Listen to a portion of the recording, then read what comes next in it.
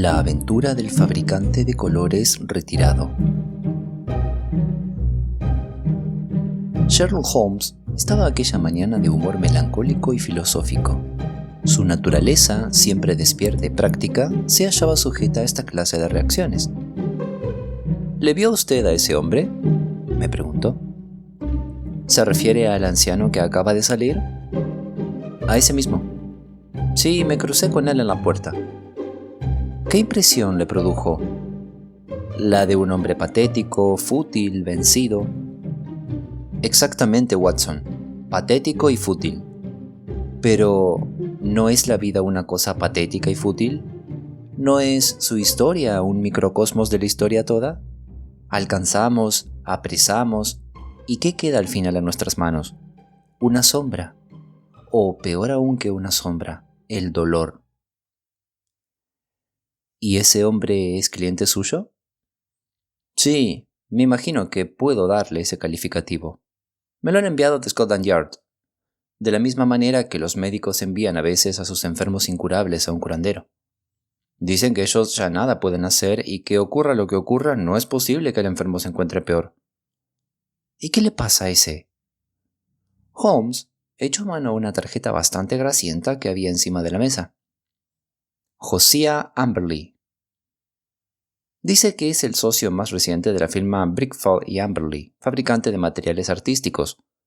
Puede usted ver esos nombres en las cajas de colores.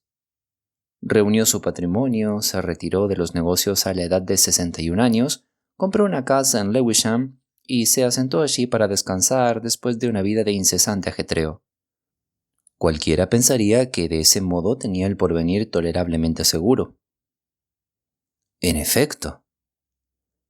Holmes echó un vistazo a algunas notas que había garrapateado en el reverso de un sobre.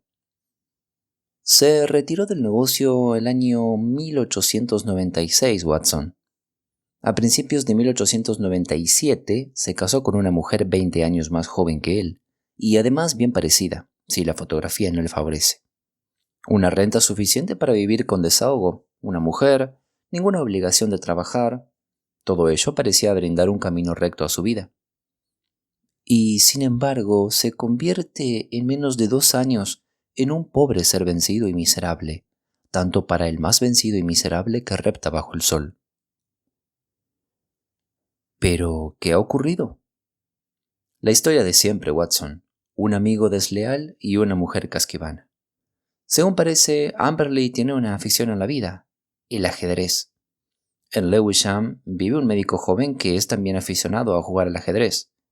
Tengo anotado su nombre, el Dr. Ray Ernest. Ernest visitaba la casa con frecuencia, y la consecuencia natural fue que surgiese una intimidad entre él y la señora Amberley, porque tendrá usted que reconocer que nuestro infortunado cliente posee pocas gracias exteriores, por grandes que puedan ser los dotes de su alma. La pareja aquella se fugó la semana pasada con dirección desconocida, y lo que es más, la infiel esposa se llevó la caja de documentos del viejo en calidad de equipaje personal, y con una buena parte de los ahorros que había hecho en su vida dentro de la caja. ¿Podemos dar con el paradero de la mujer? ¿Podemos recuperar el dinero? Como usted ve, el problema es hasta aquí de lo más vulgar, aunque de importancia vital para Mr. Josiah Amberley. ¿Y qué piensa usted hacer al respecto? Da la casualidad, querido Watson, que la primera pregunta es esta otra. ¿Qué va a hacer usted? Si es que tiene usted la bondad de hacerse cargo de mi papel. Sabe que me encuentro preocupado en el caso de los patriarcas coptos, que hoy hará crisis. La verdad es que no tengo tiempo para desplazarme a Lewisham, y sin embargo, las observaciones que se hagan en el lugar mismo tienen un valor especial. El viejo ese insistió mucho en que fuese yo, pero ya le expliqué la imposibilidad en que se me encontraba. Está, pues, dispuesto a acoger a un representante mío. Sea como usted quiere, le contesté. Reconozco que no voy a servir de mucho, pero haré cuanto esté de mi parte. Y así fue como una tarde veraniega me puse en camino para Lewisham, muy ajeno a pensar que antes de una semana se hablaría anhelosamente en toda Inglaterra del asunto al que me lanzaba.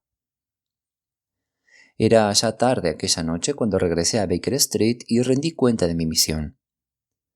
Holmes, con su enjuto cuerpo repatingado en el hondo sillón y la pipa dejando escapar lentas espirales de agrio humo de tabaco, tenía los párpados entornados tan perezosamente que casi parecía dormido, de no ser porque los levantaba en cuanto yo me detenía de mi narración o llevaba en ella algún pasaje discutible, y entonces me traspasaba con la mirada interrogadora de sus ojos grises, tan brillantes y afilados como dos estoques.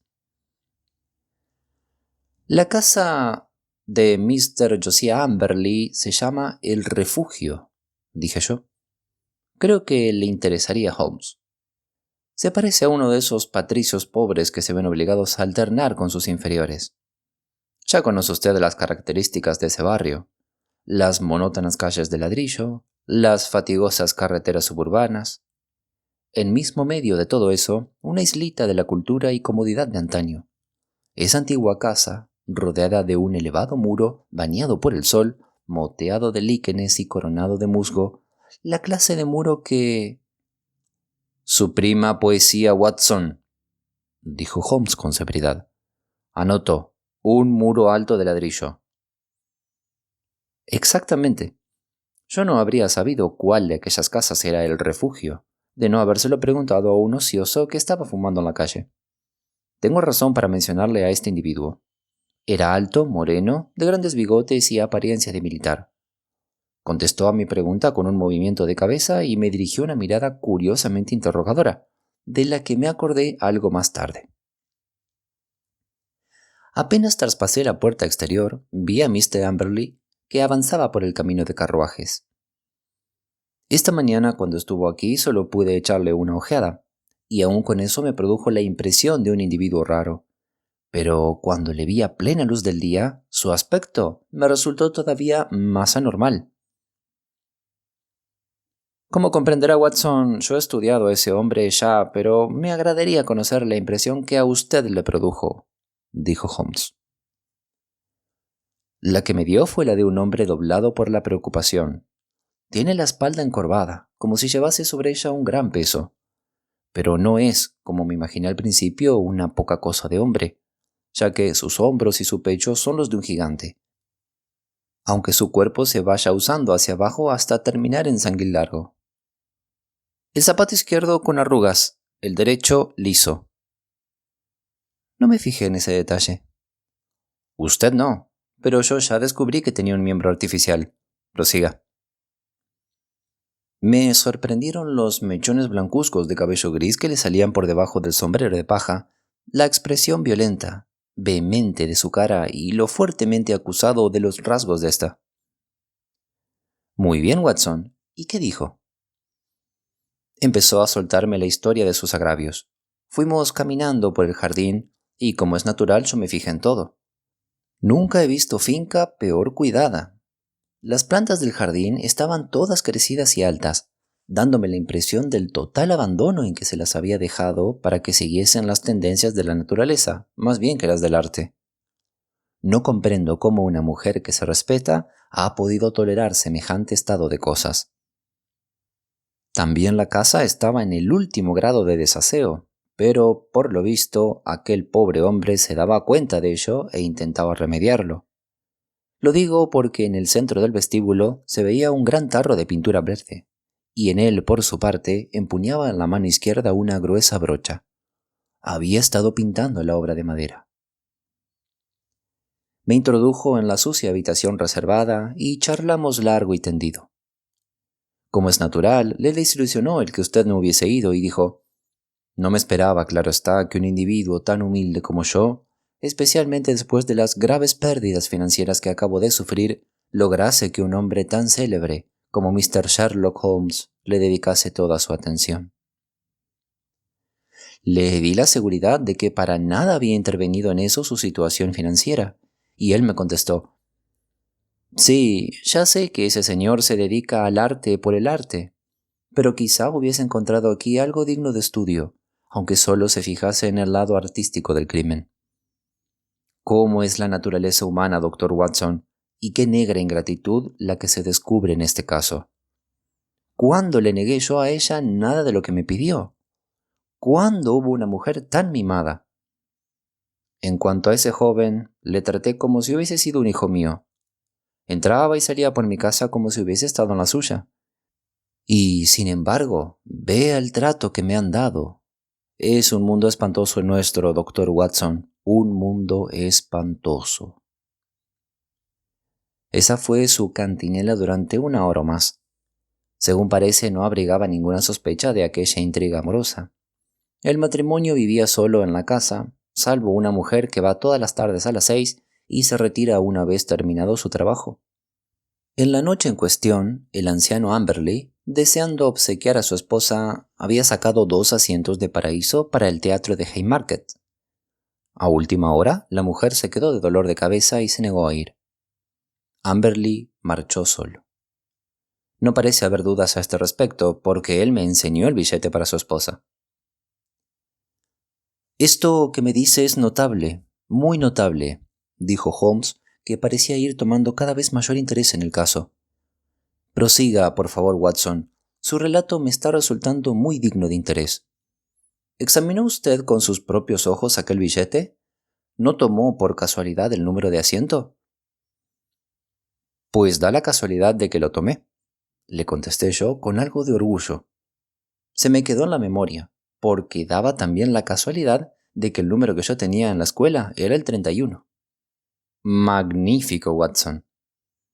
Entonces es que el asiento de ese hombre era el 30 o el 32. En efecto, le contesté algo intrigado, y la fila era la B. También ese detalle resulta muy satisfactorio. ¿Qué otra cosa le dijo él? Me enseñó lo que él llamaba su cuarto blindado. Es realmente un cuarto como la cámara de un banco, con la puerta y la persiana de hierro, a prueba de ladrones, según me dijo. Sin embargo, la mujer disponía por lo visto de una llave duplicada, y entre ella y su amante se llevaron unas 7.000 libras en dinero y en papel del Estado. ¿En papel del Estado? ¿Y cómo van a venderlo? Me dijo que había entregado la lista de los títulos a la policía y que confiaba en que les resultaría imposible su venta. Regresó del teatro a eso de la medianoche y se encontró con la casa saqueada, la puerta y la ventana abiertas y los fugitivos ya lejos de allí. No le dejaron ni carta ni mensaje. Tampoco ha vuelto a saber de ellos una sola palabra desde entonces. Inmediatamente alertó a la policía. Holmes se quedó meditando durante algunos minutos y luego me preguntó: «Dice usted que él estaba pintando. ¿Qué es lo que pintaba?» Verá usted, lo que realmente estaba pintando era el pasillo, pero había pintado ya la puerta y la obra de carpintería de ese cuarto blindado de que le he hablado. ¿No le parece a usted que esa es una ocupación algo extraña en las circunstancias por las que atraviesa? No hay más remedio que ocuparse en algo para aliviar el corazón dolorido. Esa fue la explicación que él mismo me dio. Es, sin duda, una excentricidad, pero estamos ante un hombre a todas luces excéntrico. Hizo añicos en presencia mía una fotografía de su esposa. La hizo añicos en un arrebato furioso lleno de ira. No quiero volver a ver su condenada cara. ¿Nada más, Watson? Sí. Hay algo que me llamó la atención más que todo lo que le he dicho. Me había hecho conducir en coche hasta la estación de Blackheath y había subido ya al tren. En el instante mismo de arrancar vi que un hombre se metía como una flecha en el vagón próximo al mío. Ya sabe usted, Holmes, que a mí me quedan rápidamente grabadas las caras y figuras. Este hombre del vagón era, sin duda, el mismo individuo alto y moreno al que yo había dirigido la palabra en la calle. Le vi nuevamente en el puente de Londres y luego me perdió entre la multitud, pero estoy convencido de que me venía siguiendo. Claro que sí, exclamó Holmes. Un hombre alto, de tupidos bigotes, dice usted. ¿Verdad que llevaba gafas oscuras contra el sol? Holmes, ¿qué dice usted? Yo no lo había dicho, pero sí que llevaba gafas oscuras contra el sol. ¿Y un alfiler de corbata masónico? Holmes. Es muy sencillo, mi querido Watson, pero vamos ahora a lo práctico. No tengo más remedio que confesarle que este caso, que me pareció de una sencillez absurda e indigno de que yo me ocupase de él, está adquiriendo rápidamente un aspecto muy distinto. La verdad es que a pesar de que usted durante su misión ha dejado pasar por alto todos los detalles de importancia, bastan las cosas que se le han metido por los ojos para dar en qué pensar seriamente. ¿Qué es lo que se me ha pasado por alto? No se me ofenda, mi querido compañero. Ya sabe usted que yo hablo en términos generales. Nadie lo hubiera hecho mejor. Algunas personas no lo habrían hecho ni siquiera tan bien como usted. Pero es evidente que se le han escapado algunos puntos esenciales. ¿Qué opinión tienen de Mr. Amberley y de su esposa los convecinos? Eso tenía sin duda importancia. ¿Y el Dr. Ernest? ¿Era este señor el alegre lotario que su conducta da a entender? Watson, con su buena presencia, cualquier mujer se convertiría en colaboradora y cómplice suya. ¿Qué le han dicho la empleada de correos o la mujer del verdulero? Yo me lo imagino a usted sin dificultad, cuchicheándole tiernas naderías a la joven de la taberna El Ancla Azul y recibiendo a cambio algunas realidades concretas. Nada de eso hizo usted. Aún estoy a tiempo. Ya ha habido quien lo ha hecho. Gracias al teléfono y a la ayuda de Scotland Yard, suelo conseguir los datos esenciales sin salir de esta habitación. A decir verdad, los informes que he recibido confirman el relato de ese hombre. Tiene fama en aquel barrio de ser un tacaño, y también un marido brutal y exigente. También es cierto que guardaba una importante suma de dinero en su cámara fuerte. E igualmente que el joven doctor Ernest, hombre soltero, jugaba al ajedrez con Amberley y hacía probablemente el tonto con la mujer de éste. Todas estas cosas parecen claras, y uno se siente tentado a pensar que ya no hay nada más que decir. Y sin embargo, ¿dónde ve usted las dificultades? Quizá solo están en mi imaginación. Bien, Watson, dejémoslo ahí. Escapemos de este fatigoso mundo de la rutina diaria por la puerta lateral de la música. Esta noche canta Karina en el Albert Hall y disponemos aún de tiempo para vestirnos, cenar y disfrutar. Me levanté temprano por la mañana, pero algunas migajas de tostada y 2 cáscaras vacías de huevo me anunciaron que mi compañero había madrugado todavía más que yo. Encima de la mesa encontré estas líneas. Querido Watson, deseo establecer 1 o 2 puntos de contacto con Mr. Josiah Amberley. Cuando lo haya hecho, pondremos de lado este caso o lo seguiremos. Lo único que le pido es que esté usted a mano a eso de las 3 de la tarde, porque bien pudiera ser yo que le necesitase. S.H. No volví a ver a Holmes hasta esa hora, en que regresó serio, preocupado y ensimismado. En momentos así era preferible dejarle abandonado a sí mismo. ¿Ha venido por aquí Amberley? No. Ah, es lo que estoy esperando. No se vio defraudado, porque el viejo llegó en ese momento, con expresión de contrariedad y desconcierto en su cara severa. Mr. Holmes, he recibido un telegrama y no sé qué pensar del mismo. Se lo alargó a Holmes y éste leyó en voz alta. Venga enseguida y sin falta. Puedo darle información acerca de su pérdida reciente. Elman, la vicaría. Enviado a las 2:10 de Little Parlington, dijo Holmes. Little Parlington está en Essex, según creo, no lejos de Frinton. Como es natural, se pondrá en camino enseguida, ya que esto procede claramente de una persona de responsabilidad, el vicario del lugar. ¿Dónde está mi Crockford? Sí, aquí lo tenemos. C. Elman, M.A., que vive en Mossmoor, cerca de Little Parlington. Mire el horario de trenes, Watson. Hay uno que sale de Liverpool Street a las 5:20. Magnífico, Watson. Usted debería ir con él, porque quizá necesite de su ayuda o de su consejo. Es evidente que hemos llegado a este asunto a una crisis. Pero nuestro cliente parecía muy reacio a ese viaje y dijo, Mr. Holmes, eso es completamente absurdo. ¿Qué puede saber ese individuo de lo que ha ocurrido? Es malgastar tiempo y dinero. No le habría telegrafiado si no hubiese sabido algo. Telegrafíe enseguida que usted se pone en camino. No creo que vaya a ir. Holmes adoptó su actitud más severa. Produciría la peor de las impresiones a la policía y a mí, Mr. Amberley, el que al surgir una pista tan evidente se negase usted a seguirla. Nos produciría la sensación de que usted no se toma en serio estas pesquisas.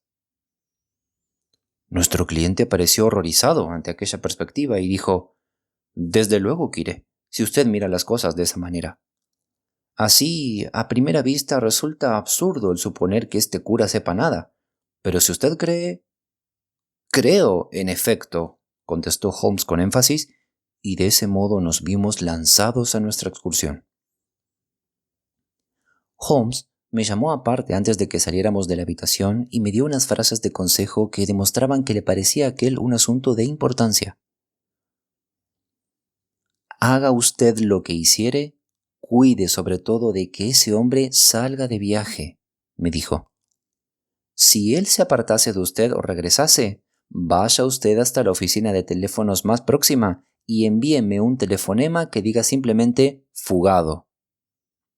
Yo dejaré todo arreglado para que llegue a mis manos donde quiera que me encuentre». No es Little Parlington lugar al que se llega fácilmente, porque se encuentra en una línea secundaria. No es aquel en mis recuerdos un viaje agradable, porque el tiempo era caluroso, el tren lento y mi acompañante huraño y callado. Apenas habló, salvo para hacer en ocasiones alguna observación referente a lo fútil de nuestros pasos. Llegados por fin a la pequeña estación, aún nos quedaba una excursión en coche para llegar a la vicaría, donde nos recibió en su despacho un clérigo grueso, solemne, bastante pomposo. Tenía delante nuestro el telegrama y nos preguntó: «Bien, caballeros, ¿en qué puedo servirles?» «Hemos venido en contestación a su telegrama», le expliqué yo. «¿A mi telegrama? Yo no les he puesto ningún telegrama». «Quiero decir al telegrama que usted envió a Mr. Josiah Amberley acerca de su mujer y de su dinero». «Señor, si esto es una broma, es de un gusto muy discutible», exclamó irritado el vicario. «Jamás he oído el nombre de ese caballero del que usted me habla y no envié a nadie ningún telegrama». Nuestro cliente y yo nos miramos atónitos. «Quizá se trate de algún error. ¿No habrá por aquí dos vicarías? Aquí tiene usted el telegrama mismo, firmado Elman y fechado en la vicaría». «Caballero, vicaría no hay más que esta, y no hay más vicario que yo. Este telegrama es una escandalosa falsedad, y ya se encargará la policía de investigar su origen. Mientras tanto, no veo finalidad alguna para prolongar esta entrevista». Y así fue como Mr. Amberley y yo nos vimos en la carretera, en una aldea que me pareció la más primitiva de Inglaterra. Nos dirigimos a la oficina de telégrafos, pero ya estaba cerrada. Sin embargo, en la taberna del Escudo Ferroviario encontramos un teléfono, y gracias al mismo establecí contacto con Holmes, que se mostró asombrado del resultado de nuestro viaje. «¡Extraordinario!», dijo la voz lejana. «Por demás extraordinario. Querido Watson, mucho me temo que no tenga un tren para regresar esta noche. Le he condenado a usted, sin darme cuenta, a los horrores de un mesón de aldea. Sin embargo, Watson, usted dispone siempre del recurso de la naturaleza y de Josiah Amberley. Manténganse en estrecho contacto con ambos». Le oí gorgoritear secamente en el instante en que cortaba la comunicación. Pronto pude convencerme de que la fama de tacaño de mi acompañante era bien merecida. Había refunfuñado por lo costoso de la excursión, había insistido en que viajáramos en tercera clase y ahora protestó ruidosamente por la factura del hospedaje. A la mañana siguiente, cuando llegamos a Londres, Era difícil decir cuál de nosotros se encontraba de peor humor. Lo mejor que podría usted hacer es quedarse en Baker Street cuando pasemos por allí, dije. Quizá Mr. Holmes tenga nuevas instrucciones. Si no valen más que las últimas, me van a servir de muy poca cosa, dijo Amberley con expresión maligna. Sin embargo, me acompañó. Yo tenía avisado a Holmes por telegrama a la hora que llegaríamos, pero me encontré con un mensaje en el que decía que nos esperaba en Lewisham. Esto constituyó una sorpresa, pero aún lo fue mayor el encontrarme con que Holmes no estaba solo en la sala de nuestro cliente. Junto a él se encontraba un hombre moreno, de rostro severo e impasible, de gafas con cristales oscuros y un voluminoso alfiler masónico muy a la vista en su corbata. Holmes dijo: «Este señor es mi amigo Barker. También él estaba interesado en su caso, Mr. Josiah Amberley, aunque ambos trabajamos de una manera independiente. Sin embargo, los dos tenemos que hacerle la misma pregunta». Mr. Amberley dejóse caer pesadamente en un asiento. Barruntó peligro inminente. Yo lo leí en sus ojos de mirada tensa y en sus rasgos contraídos. «¿Cuál es esa pregunta, Mr. Holmes?» «Únicamente esta. ¿Qué ha hecho usted de los cadáveres?» Mi acompañante se puso en pie lanzando un áspero chillido. Se aferró con sus dos manos huesudas al aire. Tenía la boca abierta y durante un instante pareció una horrible ave de presa. Se nos presentó súbitamente el terriblemente verdadero Josiah Amberley. Al caer de espaldas en su silla, se llevó con estrépito una mano a la boca, como para ahogar la tos. Holmes saltó a su garganta como un tigre y le torció la cara hacia abajo. De entre sus labios jadeantes cayó una píldora blanca. «Nada de atajos, Josiah Amberley. Las cosas tendrán que hacerse con dignidad y en su orden debido. ¿Qué me dice usted, Barker?» «Tengo a la puerta un coche», contestó nuestro taciturno compañero. «La comisaría solo dista de aquí algunos centenares de metros. Iremos juntos. Usted, Watson, puede quedarse aquí. Estaré de vuelta dentro de media hora». El viejo fabricante de colores tenía la fuerza de un león en su tronco gigantesco, pero se encontró perdido en las manos de dos expertos manipuladores de hombres. Forcejeando y retorciéndose, fue arrastrado hasta el coche que esperaba, y yo quedé en mi solitaria vigilia dentro de aquella casa de mal agüero. Holmes regresó antes de lo que había dicho, acompañado por un joven e inteligente inspector de policía. «He dejado a Barker para que cuide de las formalidades», dijo Holmes. «Usted, Watson, ya conocía a Barker. Fue mi odiado rival en la playa de Surrey. Cuando usted me habló de un hombre alto y moreno, no me fue difícil completar el retrato. Es un hombre que tiene a su crédito varios casos muy buenos, ¿verdad que sí, inspector?» «Desde luego que se ha entrometido en varias ocasiones», contestó el inspector con reserva. «Sus métodos son, sin duda, irregulares, al igual que los míos.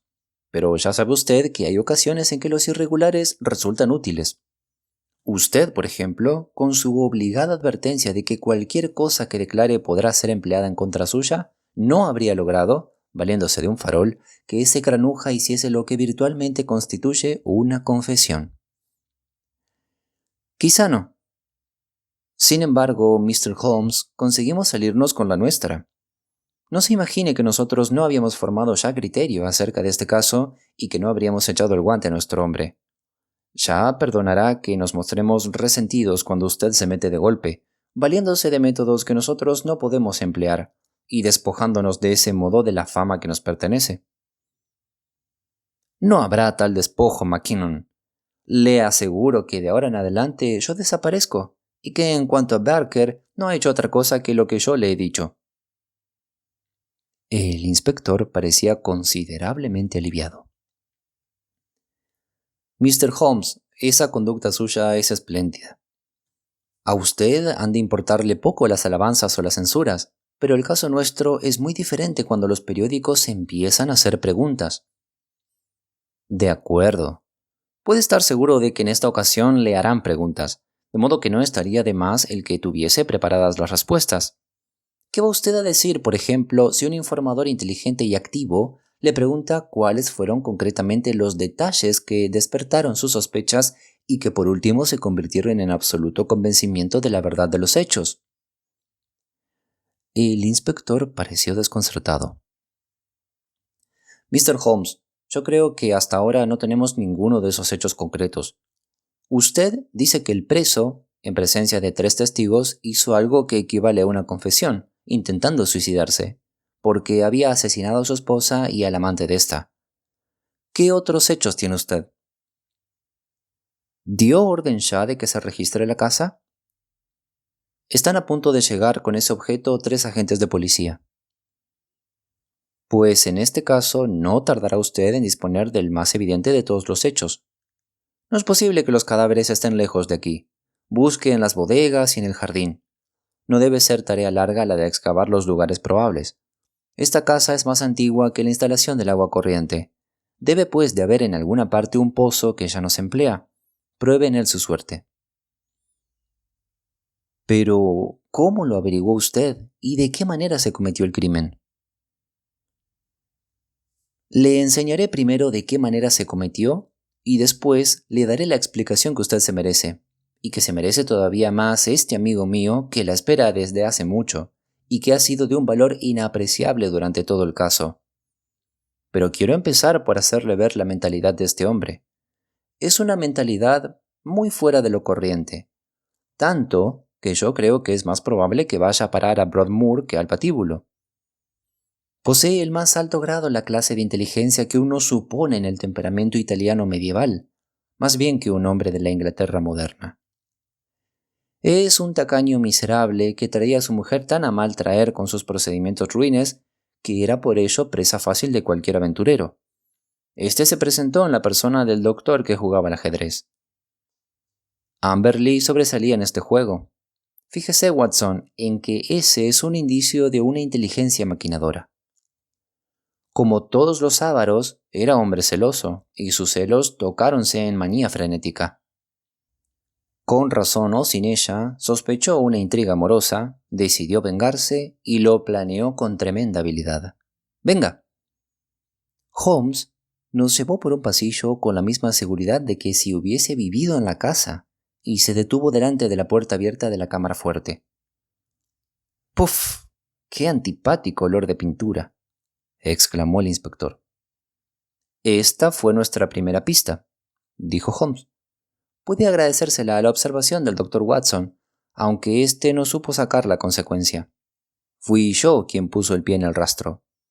¿Por qué llenaba este individuo la casa en una ocasión así de fuertes olores? Evidentemente para ocultar con ello otros olores, algún olor culpable que podría despertar sospechas. Luego se presentó la idea de una cámara como esta que ve usted aquí, que tiene la puerta y los postigos de hierro, es decir, una habitación herméticamente cerrada. Junte usted esos 2 hechos. ¿A dónde llevan? Solo examinando la casa por mí mismo podía yo averiguarlo. Estaba yo seguro de que se trataba de un caso grave, porque había examinado la hora del billetaje del teatro de Haymarket, otra de las dianas del Dr. Watson, comprobando que ni el número 30 ni el 32 de la fila B del paraíso habían sido vendidas aquella noche. Por consiguiente, la coartada de Amberley se venía abajo, porque no había entrado en el teatro. Cometió un grave resbalón al dejar que mi astuto amigo viese el número del asiento que había comprado para su esposa. El problema que ahora se presentaba era el de encontrar la manera de examinar la casa. Envié a un agente mío hasta la más absurda de las aldeas en que se me ocurrió pensar y le hice ir a mi nombre a una hora que le imposibilitase el regresar aquella noche. Para evitar que Amberley nos burlase, hice que le acompañara el Dr. Watson. El apellido del buen vicario lo saqué, como es natural, de mi Crockford. ¿Me explico con claridad? Estupendamente, dijo el inspector con voz reverente. Sin peligro de que nadie me interrumpiese en mi tarea, procedí al estudio de la casa. La profesión de salteador de casas ha constituido siempre una posible alternativa a la profesión que ejerzo. No me cabe duda de que si me hubiese decidido por aquella, habría destacado. Fíjense en los descubrimientos que hice. Vean la tubería del gas que viene por aquí, a todo lo largo de la cenefa. Al llegar al ángulo de la pared, sigue hacia arriba, y aquí, en el rincón, hay una llave. La tubería entra en la cámara fuerte, y va a terminar en este rosetón de yeso que hay en el centro del cielo raso, donde queda disimulada por los adornos decorativos. El tubo está abierto de par en par. En cualquier momento y con solo abrir la llave exterior, se pondría a inundar de gas la cámara. Con la puerta y los postigos de la ventana cerrados, no le daría yo 2 minutos de conservar el conocimiento a la persona encerrada en la pequeña habitación. Ignoro de qué aniagasa se valió para que él y ella entrasen, pero una vez dentro y la puerta cerrada, estaban a merced suya. El inspector examinó con gran interés la tubería y dijo: Uno de nuestros funcionarios habló de olor a gas, pero la puerta y la ventana estaban entonces abiertas y ya habían procedido a pintar por lo menos una parte. Según Amberley nos dijo, había empezado esa tarea el día anterior. ¿Y qué más, Mr. Holmes? Pues entonces ocurrió un incidente bastante inesperado para mí. Empezaba a clarear el día y yo estaba colándome por la ventana de la despensa cuando sentí que una mano me agarraba por el cuello de la ropa y oí una voz que me dijo: granuja, ¿qué haces aquí dentro? Cuando pude doblar la cabeza, me encontré frente a los cristales ahumados de mi amigo y rival, el señor Barker. Lo curioso de aquel encuentro inesperado nos hizo sonreír a los dos. Por lo visto, la familia del doctor Ray Ernest le había encargado a él que llevase a cabo algunas investigaciones, y también había llegado a la conclusión de que allí se había jugado sucio. Llevaba vigilando la casa varios días, y se había fijado en el doctor Watson como en uno de los personajes evidentemente sospechosos que habían ido de visita. No podía en modo alguno proceder a la detención de Watson, pero cuando vio a un individuo escabullirse fuera por la ventana de la despensa, no pudo ya contenerse.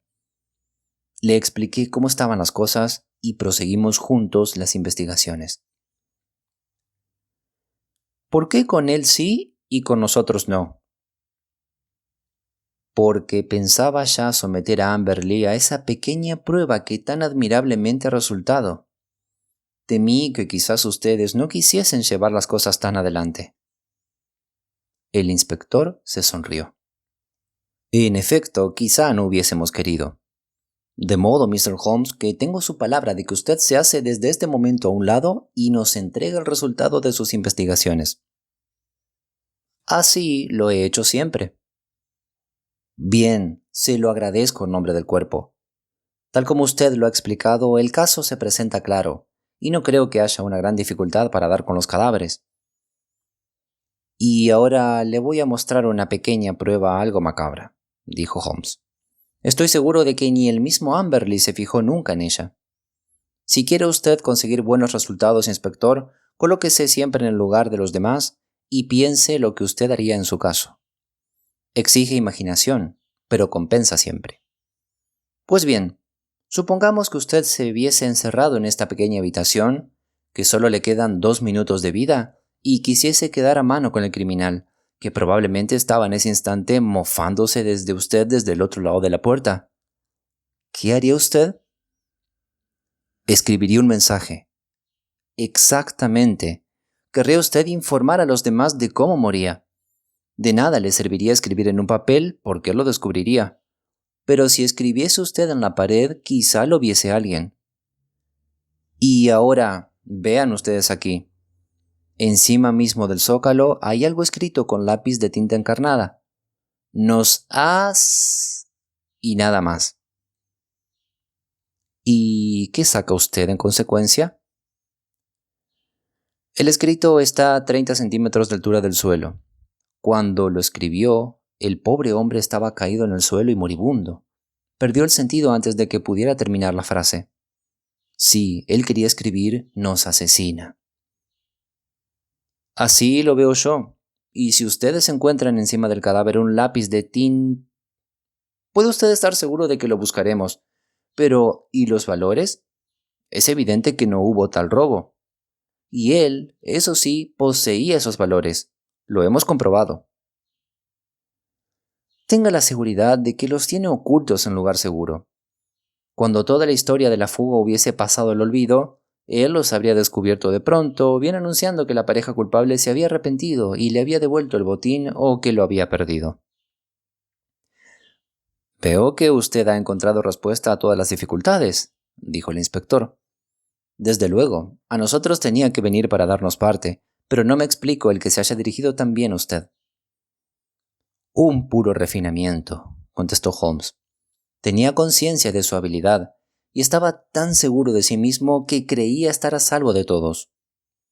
De esa manera podía sacar, si llegaba el caso, a cualquier vecino receloso. Fíjese en todos los pasos que he dado. No solo he consultado a la policía, sino que lo he hecho también al mismo Sherlock Holmes. El inspector se echó a reír y dijo: Mr. Holmes, no tenemos más remedio que perdonarle eso de lo he hecho también al mismo, porque su trabajo en esta ocasión ha sido tan perfecto como el mejor de lo que yo recuerdo. Un par de días después, mi compañero me echó desde donde él estaba sentado un ejemplar del bisemanario North Surrey Observer, bajo una serie de titulares deslumbrantes que empezaban con lo de El terrible crimen de El Refugio y terminaba con el de Brillantes pesquisas de la policía. Había el primer relato completo del asunto. El párrafo final era una muestra típica del conjunto. Decía así: La extraordinaria sagacidad con que el inspector Mackinnon dedujo del olor de pintura que quizá con ello se ocultase otro olor, por ejemplo el del gas, la audaz hipótesis de que quizá la cámara fuerte fuese también la cámara de la muerte, y la investigación subsiguiente que llevó a descubrir los cadáveres dentro de un pozo que no se usaba y cuya boca estaba hábilmente oculta por la caseta del perro, quedarán en la historia del crimen como ejemplo destacado de la inteligencia de nuestros detectives oficiales. ¡Vaya, vaya! Este Mackinnon es un buen muchacho, exclamó Holmes con sonrisa bonachona. Páselo a nuestros archivos, Watson. Quizá pueda contarse algún día toda la verdad.